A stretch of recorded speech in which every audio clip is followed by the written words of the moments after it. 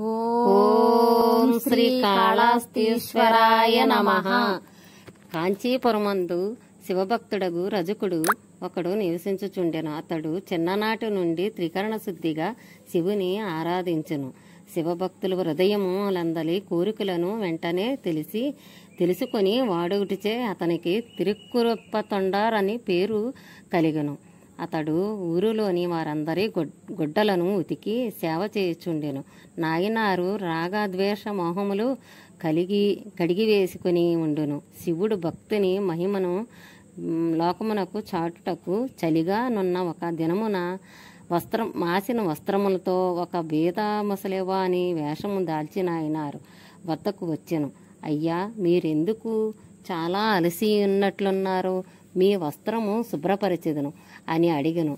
అంతటా శివయోగి, నిజమే, ఈ వస్త్రం ధరించట లేనంత మలినముగా ఉన్నది. కానీ తీక్షణమైన ఈ చలిగాలికి రక్షణగా నాకున్నది. ఇది ఒక్కటే. రాత్రి వేళల చలిని నేను భరించలేను.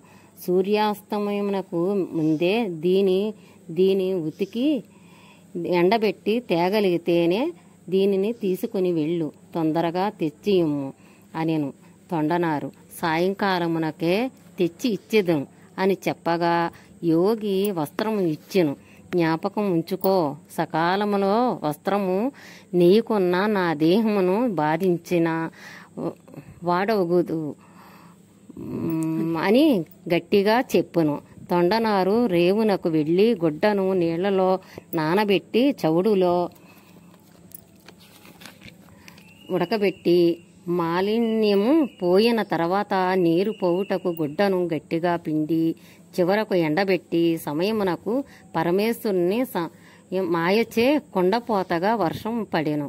శివయోగికిచ్చిన మాట గుర్తుకు వచ్చి నాయనారు దిగ్భ్రాంతి చెందెను.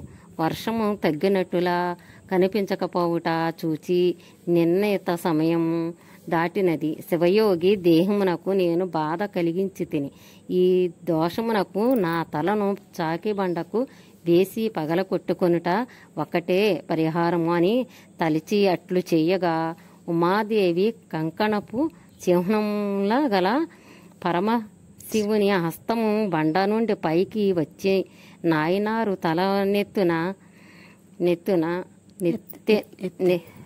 నెత్తెను. వర్షపు జల్లులు బదులు దేవతలు పుష్పవర్షము కురిపించిరి. ఉమా సమేతముగా పరమశివుడు ప్రత్యక్షమయ్యెను. హర ఓం.